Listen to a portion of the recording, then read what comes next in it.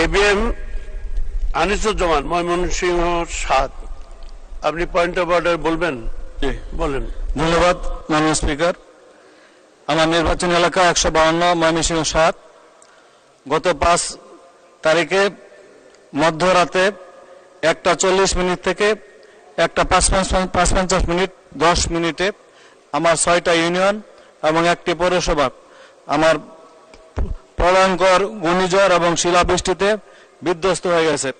আমার এলাকাতে ৬টি ইউনিয়নে একটি টিনের ঘরও টিন অক্ষত নেই। প্রত্যেক প্রায় ৫,০০০-এর মতো টিনের ঘর একদম জাজরা হয়ে গেছে।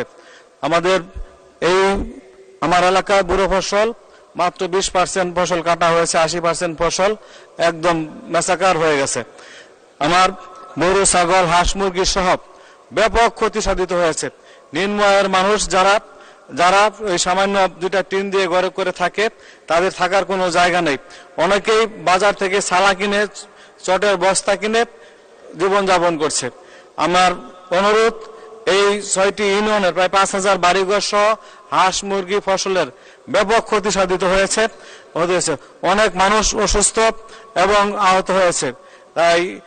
এবং আমাদের যে ফসল আম, কাঁঠাল সম্পূর্ণভাবে ধ্বংস হয়ে গেছে।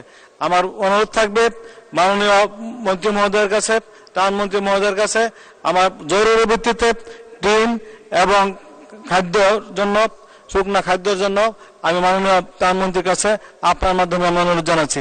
ধন্যবাদ মাননীয় স্পিকার।